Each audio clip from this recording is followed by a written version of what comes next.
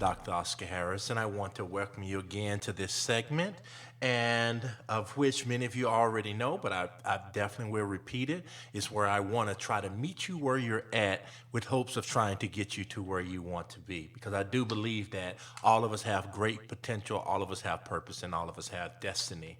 So today what I want to kind of talk a little bit about is something that is quite common that we all experience as we are trying to become, we're trying to do, or we're trying to arrive at a location, accomplish a goal, a task, and etc. And that is, how do we stay inspired?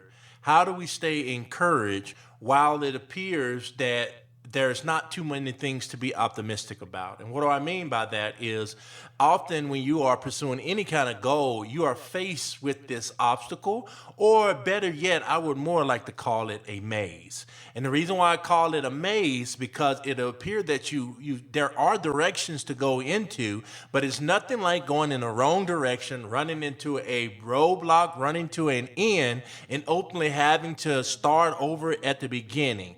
But something that I must tell you that is very important, that is part of the process.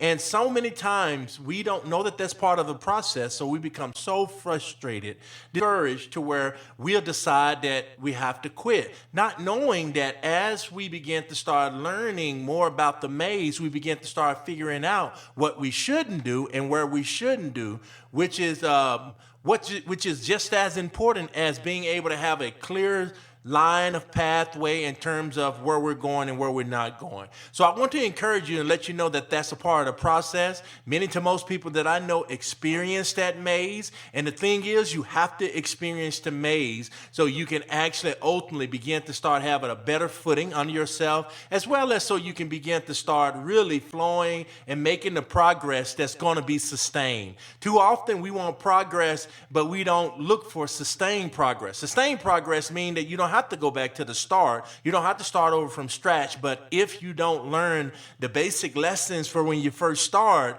run into the blocks that you have to run into, you're going to find that it's difficult when you perceive that you've failed and all of that. So I hope this is encouraging, and I want to let you know that it's part of the process. And yes, the maze is also part of the process as well.